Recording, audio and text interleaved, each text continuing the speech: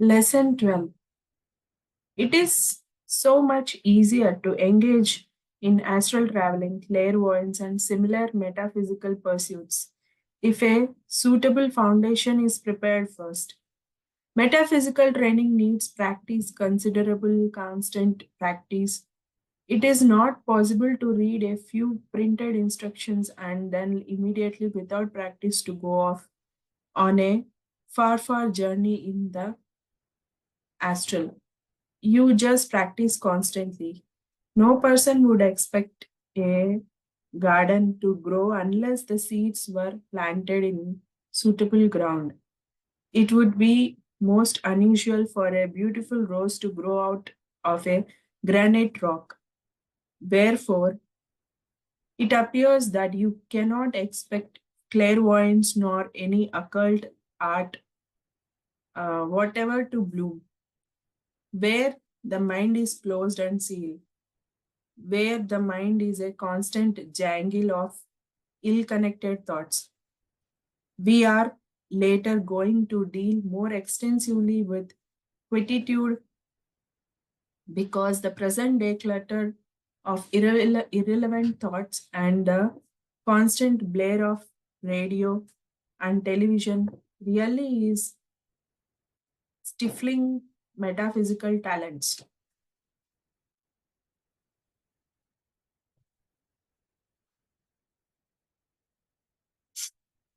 The sages of old exhorted, be still and know that I am within. The old sages devoted almost a lifetime to metaphysical research before committing a single word to paper. Again, they withdrew into the wilderness, into a place where there was no noise of so called civilization, where they were free of distractions, where no one could drop a bucket or a bottle. You have the advantage that you can take much benefit from the lifetime experiences of the men of old, and you can take advantage of all this without having to spend most of your life in study. If you are serious and if you are not serious, you could not be reading this. You will want to prepare yourself to make yourself ready for the speedy unfolding of the spirit. And the best way to do it is relax first. Most people have no idea of what is meant by the word relax. They think if they slump in a chair, that is good enough, but it is not. To relax, you must let the whole of your body become pliant. You must make sure that all muscles are without tension.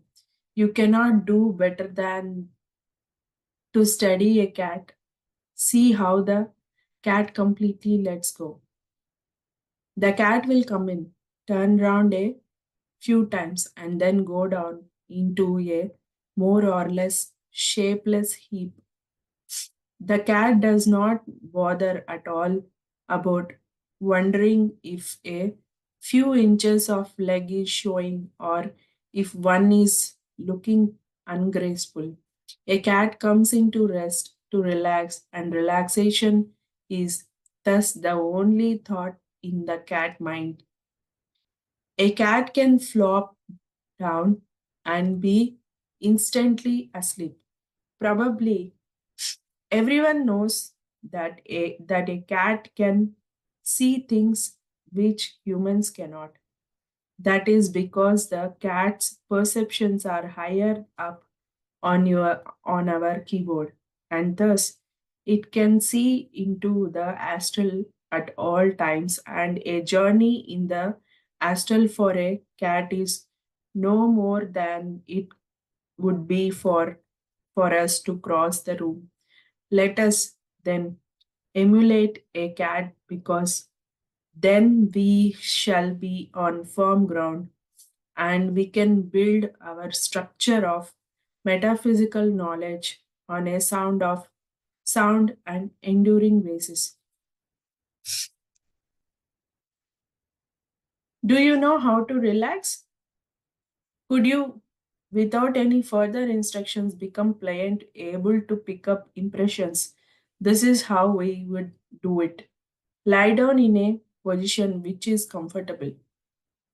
If you want to have your legs outspread or your arms outspread, spread them out. The whole art of relaxing is to be completely and utterly comfortable.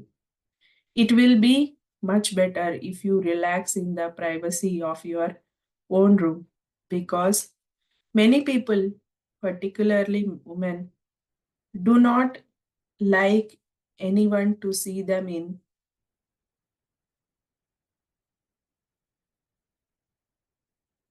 What they wrongly imagine is an ungraceful attitude, and to relax, you have to forget all about conventional grace and indeed all about conventions. Imagine that your body is an island peopled by very small persons who are always obedient to your commands. You can think, if you think If you like that your body is some vast industrial estate with highly trained, highly obedient technicians at the various controls and the nerve centers which make up your body, then when you want to relax, tell these people that the factory is being shut down. Tell them that your present desire is that they leave you, that they shut down their machines and their nerve centers and go away for the time being.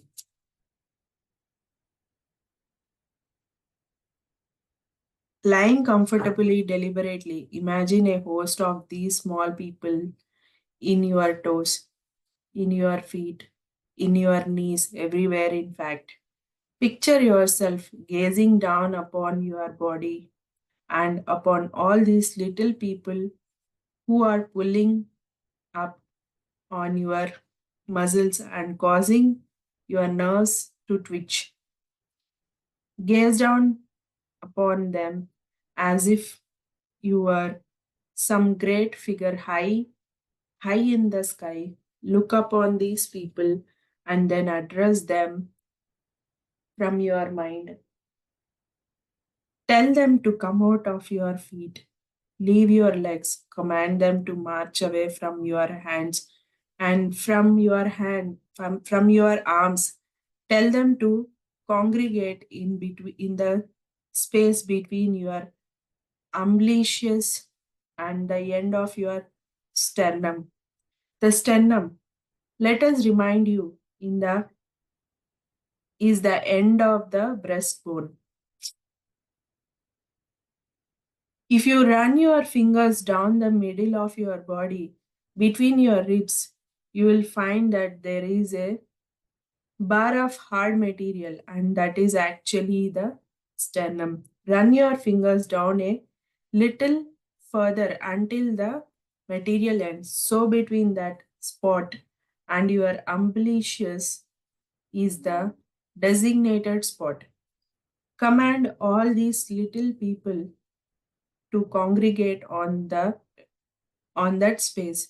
Imagine that you can see them marching up your limbs, up your body in their serried ranks like workers leaving a busy factory at the end of the body.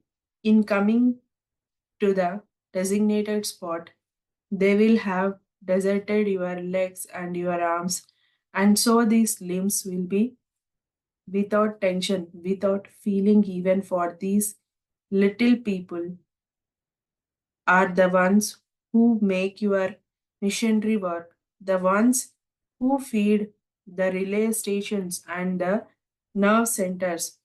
Your arms and legs then will be not precisely numb, but without any feeling of tenseness, without any feeling of tiredness. you must say that they will be almost not there. Now you have all your little people congregating in the pre-arranged space like a lot of factory workers attending a political rally. Gaze upon them in your immigration for a few moments. Let your gaze encompass all of them. Then firmly, confidently tell them to get off. Tell them to leave your body until you instruct them to return. Tell them to go along the silver cord and away from you. They must leave you in peace while you meditate, while you relax. Picture to yourself that silver cord stretching away from your physical out into the great realms beyond. Picture to yourself that the silver cord is like tunnel, like a subway, and imagine all the rush hour travels in a city such as London or New York or Moscow. Imagine them all leaving the city at once and going out into the suburbs. Think of train load. After train load making taking all these workers away leaving the city comparatively quiet. Make these little people do that. It is very easy with practice. Then you will be quiet without tension. Your nerves will no longer be a jangle and your muscles will no longer be tense. Just lie quiet.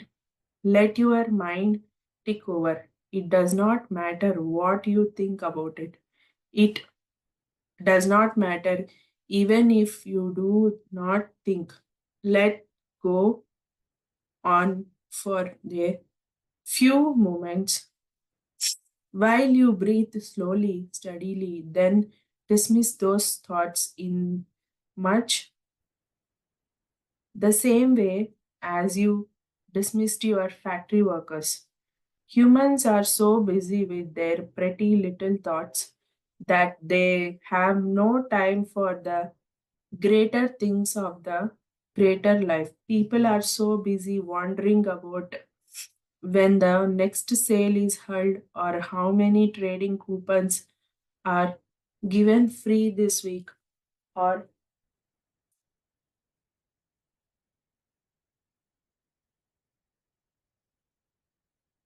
what is happening on the television, that they have no time for dealing with the things that really matter. All these mundane everyday things are completely trivial. Will it matter in 50 years' time that so and so were selling dress lengths at below cost today? But it will matter to you in 50 years' time how you progress now. For keep this thought in mind: no man or woman has ever succeeded in taking a single penny beyond in this life. Yet every man and woman takes the knowledge which have gained in this life to next life. That is why people are here. And if you are going to take worthwhile knowledge to the other side, or just useless clutter of unrelated thoughts is a matter which should engage your earnest attention. So this course is useful to you. It can affect your whole future. It is thought reason which keeps human in their very inferior present position. Humans talk about their reason and say it distinguishes them from animals. It does, indeed, it does. What other creatures but humans throw atom bombs at each other? What other creatures publicly disembowel prisoners of the war or deprive them of very useful appurtenances? Can you think of any creature except a human who uh, mutilates men and women in such spectacular fashion? Humans, in spite of their wanted superiority, are in many respects lower the lowest base of field. That is because humans have wrong values. Humans crave after money, crave after the material things of this mundane life, whereas the things that matter after this life are the immaterial things which are which we are trying to teach you.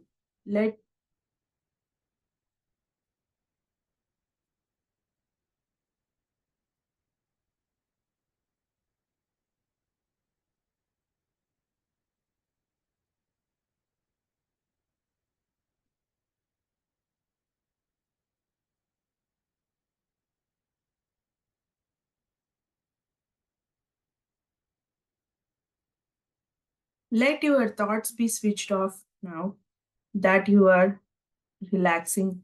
Make your mind receptive. If you will practice and practice again, you will find that you can switch off the endless empty thoughts which clutter you, and you can instead perceive true realities. You can perceive the things of different planes of existence, but these things are so completely alien to life on earth, so pleasantly alien to that there are no concrete terms with which to describe the abstract. Only practice is needed before you too can see the things of the future. There are certain great men who can drop off to sleep for few moments and within minutes can again awaken refreshed and with inspiration shining from their eyes. These are people who can switch off their thoughts at will and tune in and pick up the knowledge of spheres. This is also you can do with practice. It is very harmful indeed for those who desire spiritual development to engage in the ordinary, useless, empty round of social life. Cocktail parties, one can hardly think of a worse pastime for those who are trying to develop drink spirits and alcohol, impair one's psychic judgment.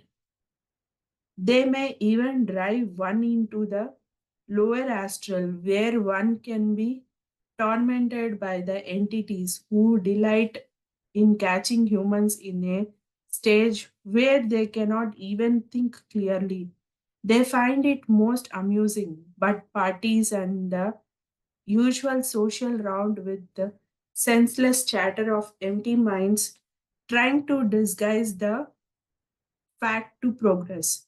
You can only progress if you keep clear of these shallow minded people whose greatest thought is how many cocktails they can drink at any given gathering, or who prefer to chattel inanely about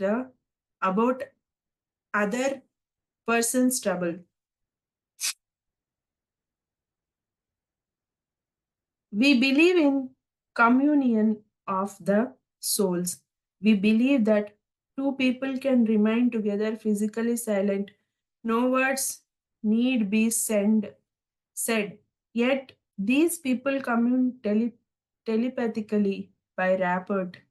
The thought of one evokes a response in another. It has been noted that at times two old people who have lived together for many years as man and wife can anticipate the thoughts of each other. These old people truly in love do not engage in senseless babble or small talk. They sit together, picking up silently the message flowing from one brain to another. They have learned too late of benefits which come to one from the silent communion. They have learned too late because old people are literally the at the end of life's journey. You can do it while still young. It is possible for a small group of people thinking constructively to alter the whole course of the world's events. Unfortunately, it is too difficult to get a small group of people who are so unselfish, so unself centered that they can switch off their own selfish thoughts and concentrate only on the good of the world. We say now that if you and your friends will get together and will form a circle, each one of you sitting comfortably at full ease and facing each other, you can do very great good for yourself and for other people. Each person should have his or her toes touching. Each person should have his or her hands clasped together. No person should touch another, of course, but each one should be a separate physical unit. Remember that old Jews, the very old Jews, they well knew that if they were bargaining, they should stand with their feet together and their hands clasped because then the vital forces of the body were conserved. An old Jew trying to drive a hard bargain always got the better of the bargain if he stood in that particular manner and his opponent did not. He did not stand that way through cringing subservience. As many people imagine, but because he knew how to conserve and utilize his body forces. When he had achieved his objective, then he could throw his hands wide and stand with legs apart.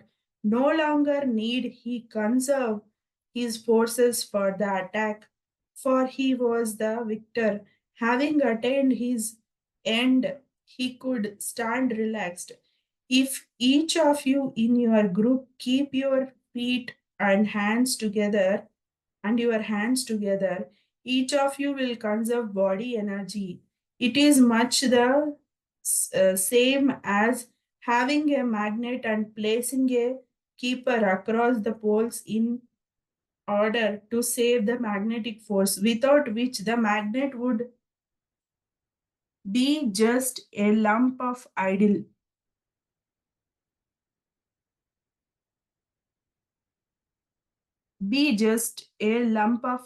metal. Your group should sit in a circle, all more or less gazing at space in the center of the circle, preferably at a space on the floor, because then heads will be slightly tilted down, and that is more restful and more natural. Do not talk, just sit. Be sure you do not talk. You have already decided on the na- on the theme of your thoughts, so no further talk is necessary.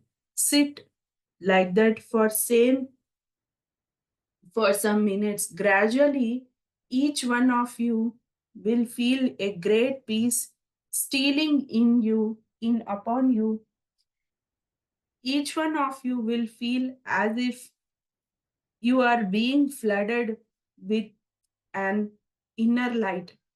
You will have truly spiritual enlightenment and will feel that you are one with the universe. Church services are designed with that in mind. Remember that the early priests of all the churches were quite good psychologists. They knew how to formulate things in order to get desired results. It is known that one cannot keep a whole crowd of people quiet without constant direction. And so there is music and directed thought in the form of prayers. If a priest of any sort is standing where all eyes can focus upon him as he says certain things, then he has gained the attention of every person in the audience or congregation.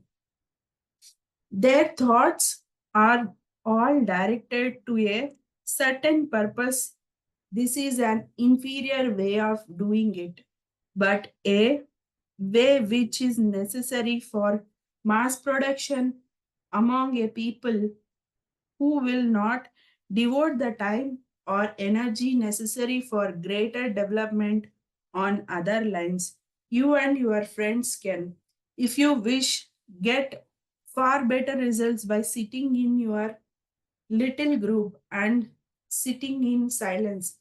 Sit in silence, each one of you trying to relax, each one of you thinking of pure things and thinking of the designated item. Never mind about last week's grocery bills which you have not yet paid. Never mind about wondering what the next season fashion are going to be.